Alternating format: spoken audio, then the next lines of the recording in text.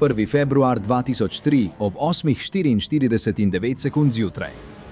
Visoko nad zemljo, pri skoraj 27.000 km/h, vesoljski raketoplan Columbia začne svoj spust domov po 16 dneh v orbiti. Temperatura trupa preseže 1480 stopinj Celzija, ko vesoljski raketoplan ponovno vstopi v atmosfero. Za inženirje pri NASA je vse videti rutinsko. Nenadoma začne utripati ena od vrednosti senzorja, nato še druga. Nadzor misije opazuje, kako temperature v levem krilu močno narastejo. Hidravlične cevi se pregrevajo, odčitki tlaka v pnevmatikah hitro nihajo, povsod utripajo opozorilni alarmi. To ni napaka v sistemu. To je začetek ene najhujših nesreč v zgodovini vesoljskih poletov. 16. januar 7:30 zjutraj. Posadka vesoljskega raketoplana Columbia se odpravlja proti izstrelišču. Vlažen floridski zrak je prežet z vonjem soli iz oceana. Občutek ni nič drugačen kot pri katerikoli drugi vesoljski misiji, ko posadko pripeljajo do izstrelitvenega kompleksa 39A v NASInem vesoljskem centru Kennedy. Astronavti in nadzor na tleh so zbrani in optimistični, zato so se urili. Ob 7:53 zjutraj je poveljnik Rick Husband, preizkusni pilot ameriških letalskih sil, prvi, ki vstopi v Columbijo. Vzpenja se v pilotsko kabino in sede na svoj sedež. Eden za drugim mu sledijo preostali člani posadke, se pripenjajo, pregledujejo kontrolne sezname in se pripravljajo na izstrelitev. William McCool je pilot, poveljnik mornarice in prvič potuje v vesolje. Michael Anderson, poveljnik tovora, nadzira znanstvene poskuse na krovu. Kalpana Chawla, strokovnjakinja za misijo in letalsko-vesoljska inženirka, je bila prva ženska indijskega rodu v vesolju.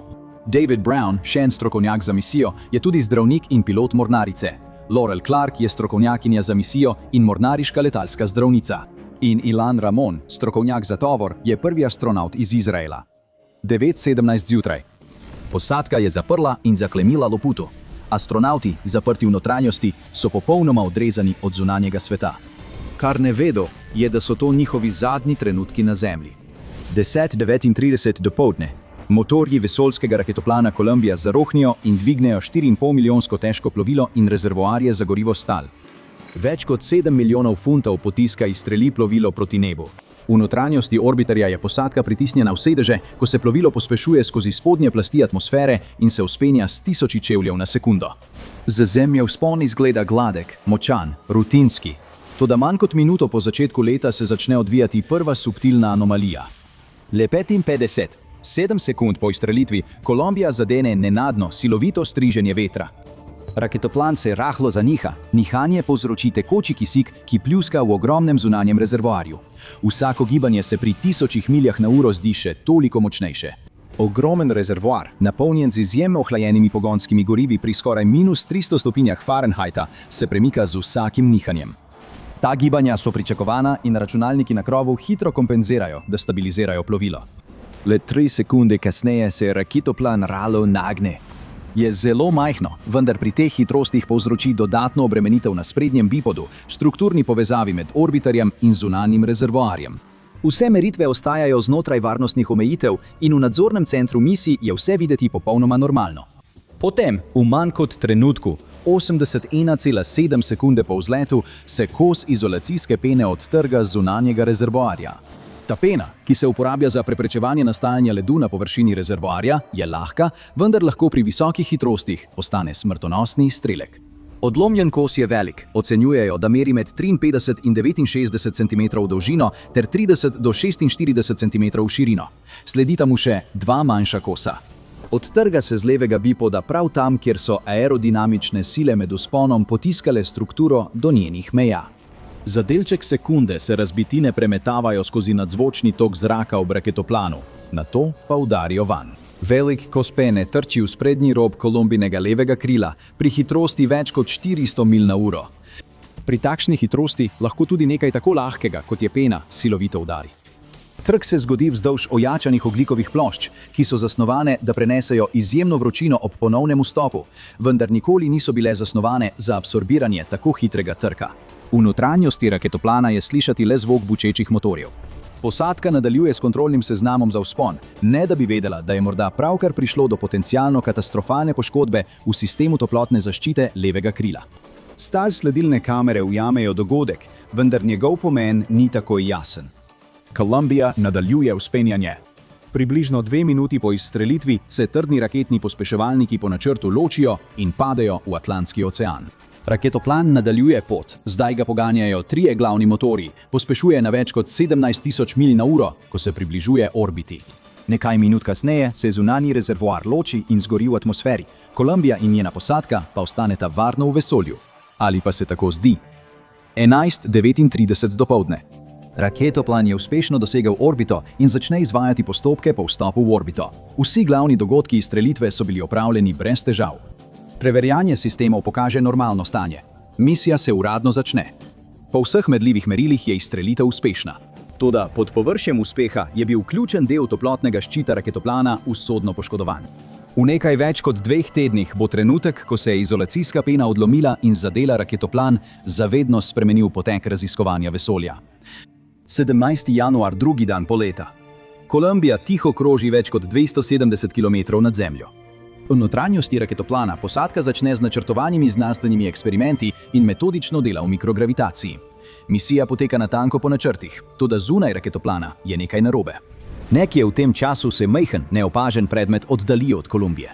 Tega niso opazili v realnem času, vendar kasnejša analiza nakazuje, da bi to lahko bilo povezano s prejšnjim udarcem pene, morda celo delček, ki se je odlomil od samega raketoplana. Vendar pa, medtem ko astronavti delajo, se ne sproži noben alarm. Noben senzor ne zazna težave in v notranjosti vesoljskega plovila ni nobenega znaka, da bi kaj manjkalo. Deli raketoplana se počasi oddaljujejo in se vrtijo v vakuumu vesolja, preden ponovno vstopijo v Zemljino atmosfero in popolnoma zgorijo, še preden kdo opazi, da jih ni več.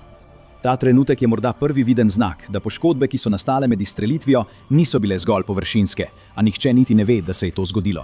23. januar, 8. dan poleta. Misija je prešla v ustaljen ritem. Na krovu Columbije posadka izvaja eksperimente, beleži podatke in se pripravlja na končno potovanje domov.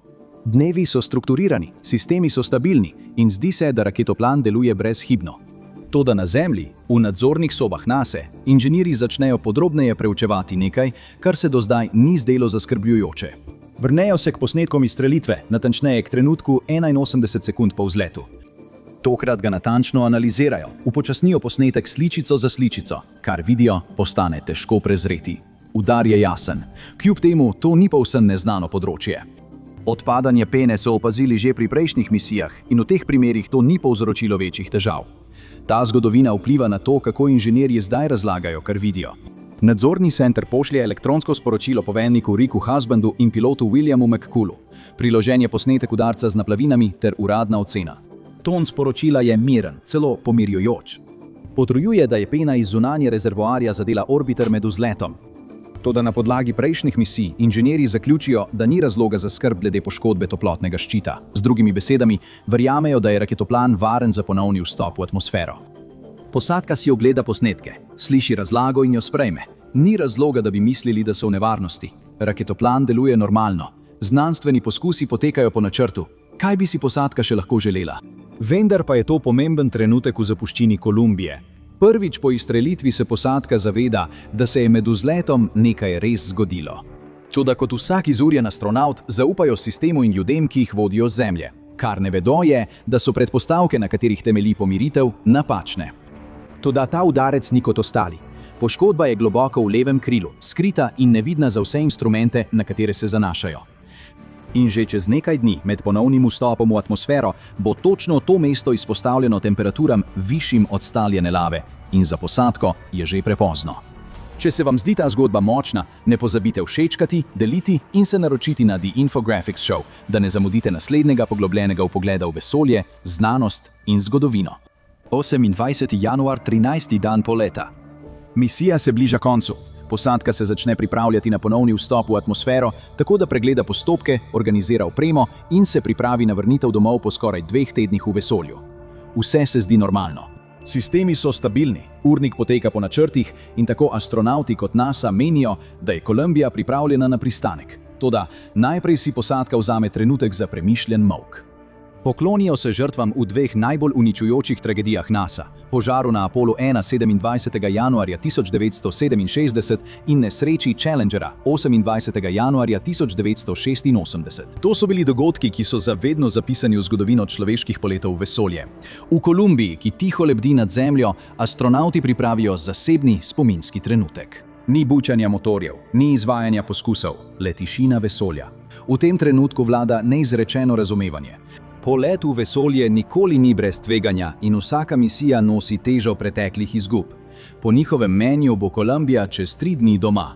Nažalost je resnica ta, da bosta Kolumbija in njena posadka postala del iste tragične zgodovine, ki jo zdaj častijo. 1. februarja ob 8:15:30 zjutraj, visoko nad Zemljo, vesoljski raketoplan Columbia izvede zaviralni vžig. To je natančen vžig motorjev za orbitalno manevriranje, ki upočasni raketoplan ravno toliko, da ga spravi iz orbite in začne njegov spust proti planetu. Od tega trenutka naprej ni več povratka. Columbia ni več prosto lebdeči satelit, ki kroži okoli Zemlje. Zdaj je to utrinek, ki pada skozi zgornje plasti atmosfere s hitrostjo večjo od 22-kratnika hitrosti zvoka. Posadka brezhibno sledi vsakemu koraku in zavrti raketoplan v popoln položaj za vstop v atmosfero. Obrnejo trebuh naprej, pripravljeni, da toplotno odporne ploščice in ojačane ogljikove plošče absorbirajo silovito toploto, ki jih čaka. Vsako gibanje so neštetokrat vadili v simulatorjih, a nobena simulacija jih ne more zares pripraviti na to, kar prihaja. 8:44:09. Columbia prečka mejo Zemljine atmosfere na višini 400.000 čevljev nad Tihim oceanom. Ta trenutek imenujemo mejo vstopa v atmosfero in je nevidna meja, kjer Zemljina atmosfera začne pritiskati na plovilo. Spust se spremeni iz nadzorovane orbite v visokohitrostni padec. Že zdaj trenje stiska molekule zraka, dokler ne zažarijo in okoli raketoplana ustvarja plašč pregrete plazme. Temperature začnejo naraščati na tisoče stopinj Fahrenheita. Kolumbijin sistem toplotne zaščite, ščit, ki ga je varoval na vsaki misiji, se zdaj sooča s svojim največjim preizkusom. Posadki se zdi vse rutinsko, instrumenti kažejo normalne vrednosti. Seznami za preverjanje potekajo po pričakovanjih. Raketoplan popolnoma sledi izračunani poti. Ko raketoplan še bolj spušča, se obremenitve na njegovi strukturi povečujejo. Samo 270 sekund po vstopu v atmosfero, senzor na sprednjem robu levega krila zazna napetost, večjo kot kadarkoli prej na prejšnjih poletih. Podatek zabeleži modularni pomožni podatkovni sistem, namenjen analizi po poletu.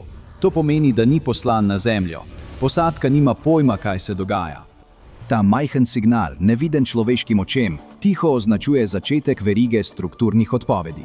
Kolumbija nadaljuje skozi redkejše zgornje plasti atmosfere, njena hitrost ne popušča, zračni upor narašča, pritiski se povečujejo in temperature rastejo. Kljub temu se zdi, da je raketoplan popolnoma na pravi poti. Nato, 577 sekund po ponovnem vstopu v atmosfero, opazovalci na tleh zaznajo spremembo, ki je ni mogoče prezreti. Svetla sled Kolumbije čez nebo nenadoma zasije močneje. 5 izrazitih bliskov svetlobe švigne čez nebo, vsak naslednji je svetlejši od prejšnjega. Medtem ko so bili v prejšnjih misijah opaženi manjši delci, ki so odpadali, je v tej fazi ponovnega vstopa to redek in zaskrbljujoč prizor. Znotraj raketoplana posadka ne zazna ničesar, ni nobenih alarmov in nič ne kaže na to, da bi bila vesoljska ladja ogrožena. V nadzoru misij je raketoplan videti normalen. V resnici zaradi poškodovanega krila Columbia prenaša sile, ki so veliko večje, za katere je bila zasnovana. Ti občasni svetlobni pojavi so jasen znak, da raketoplan izgublja energijo na nenavaden način. Zaporedje je hitro in nasilno v svoji nenadnosti ter povsem drugačno od vsega, kar se zgodi med običajnim vstopom v atmosfero, pri čemer so vložki nepredstavljivo visoki. Vsaka sekunda je zdaj ključna. Vsak trenutek spuščanja raketoplan približuje točki katastrofalne odpovedi. Kolumbija se začenja razpadati. Majhni bliski so prvi znaki katastrofe in najbolj kritične sekunde ponovnega vstopa Kolumbije se bodo kmalu odvile. 1. februar 8:54:22 sekund. Pri 623 sekundah po ponovnem vstopu so prvi nedvoumni znaki, da je šlo nekaj hudo narobe, dosegli ljudi na tleh. V nadzornem centru agencije NASA inženirji začnejo opažati nepravilnosti v telemetrijskih podatkih Kolumbije. Sprva so to majhna neskladja, vendar dovolj velika, da vzbudijo skrb. NATO se skoraj takoj situacija zaostri. Oddelek za vzdrževanje, mehaniko in sisteme za posadko ali MNCS. Mechanical and Crew Systems, or MMAC. Časnik obvesti vodjo poleta. 4 od ščitki hidravličnih senzorjev v levem krilu so padli pod spodnjo mejo merilnega območja. To je prvi jasen znak za kogarkoli na tleh, da s tem vstopom v atmosfero nekaj ni v redu. Prvič se v prostoru pojavi možnost resne težave. Samo sekundo kasneje opazovalci na tleh vidijo svetov blisk, ki švigne čez nebo. Nekaj sekund zatem, ko Kolumbija prečka mejo iz Kalifornije v Nevado, se pojavi še en blisk, svetlejši od prejšnjega in nemogoče ga je prezreti.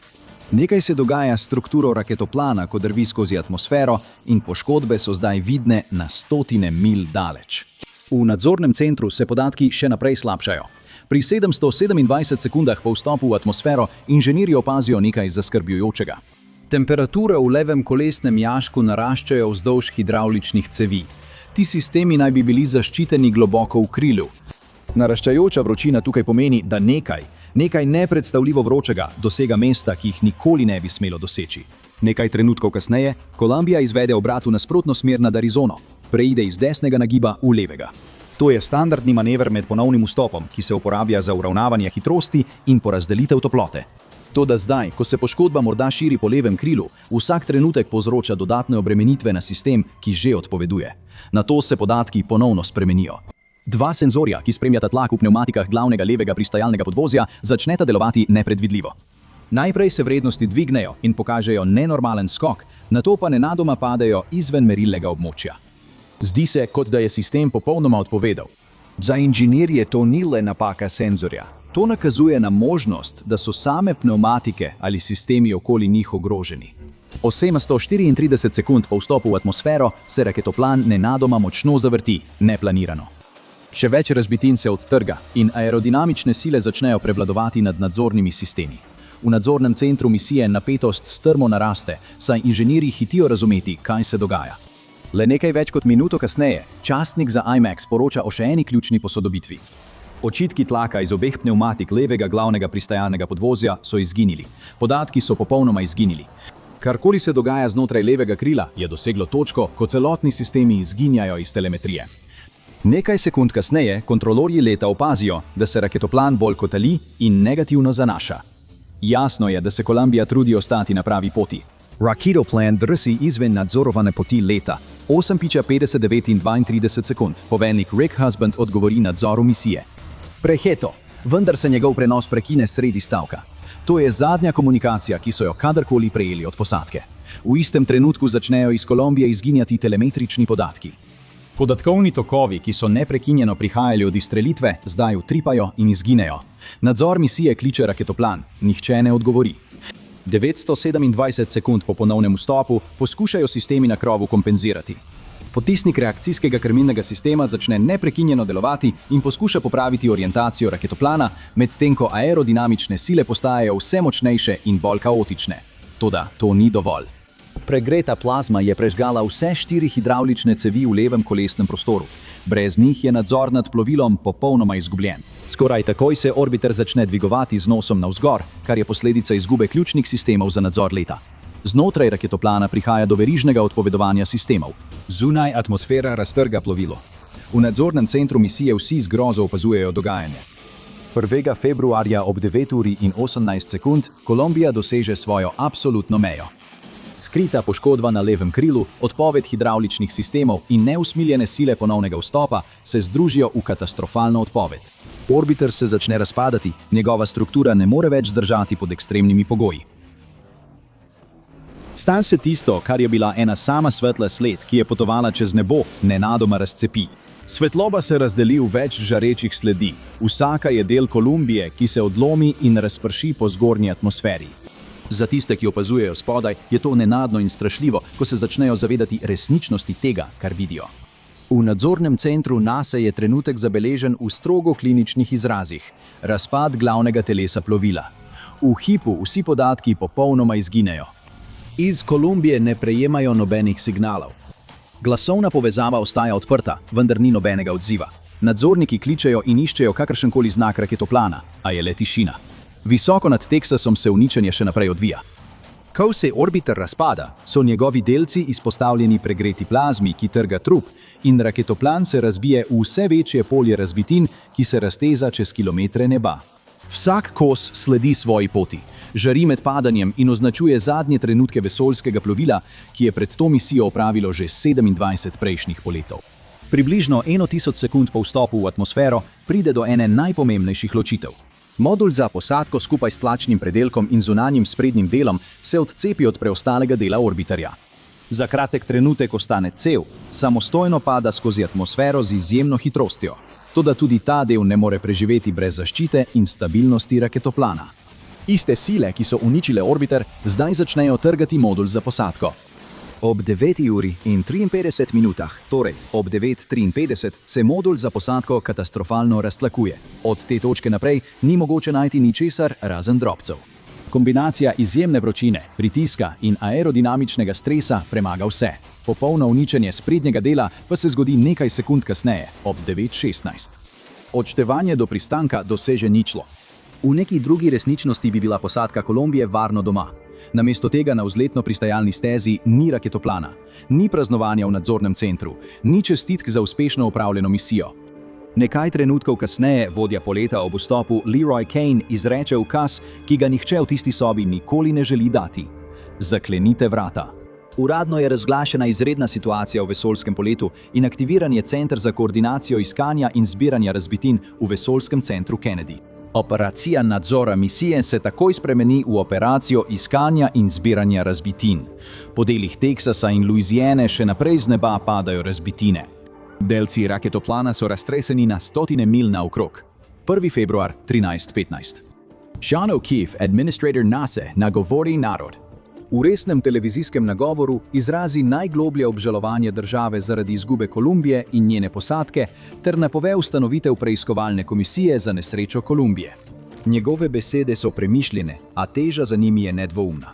To ni le izguba vesoljske ladje. To je izguba 7 astronautov, 7 junakov, 7 ljudi z družinami in prijatelji, ki so jih čakali doma. Po uničenju Kolumbije je NASA začela eno svojih največjih preiskav doslej. Inženirji so vedeli za udarec pene med 16-dnevnim bivanjem posadke v orbiti, vendar so ga imeli za nenevarnega, dokler ni sprožil verige dogodkov. Ostanki so bili raztreseni po ogromnih območjih. Našli so več kot 80.000 kosov, vključno s posmrtnimi ostanki posadke, ki so jih identificirali z DNK. Leta kasneje je NASA potrdila, da so astronauti verjetno preživeli začetni razpad, vendar so v nekaj sekundah izgubili zavest, ko je v kabini posadke padel tlak. Izguba Kolumbije je zavedno spremenila NASA, saj je preoblikovala način ocenjevanja tveganj in postavljanja varnosti na prvo mesto. Čeprav raketoplana ni več, nas nauki iz te tragedije še naprej vodijo pri vsaki misiji in zagotavljajo, da nikoli ne bo pozabljena. Kolumbija ni bila prva nesreča v vesoljskem poletu, ujeta v živo. Oglejte si razlago nesreče raketoplana Challenger minuto za minuto, da vidite, kako se je odvijala še ena tragedija. Ali pa kliknite na ta video.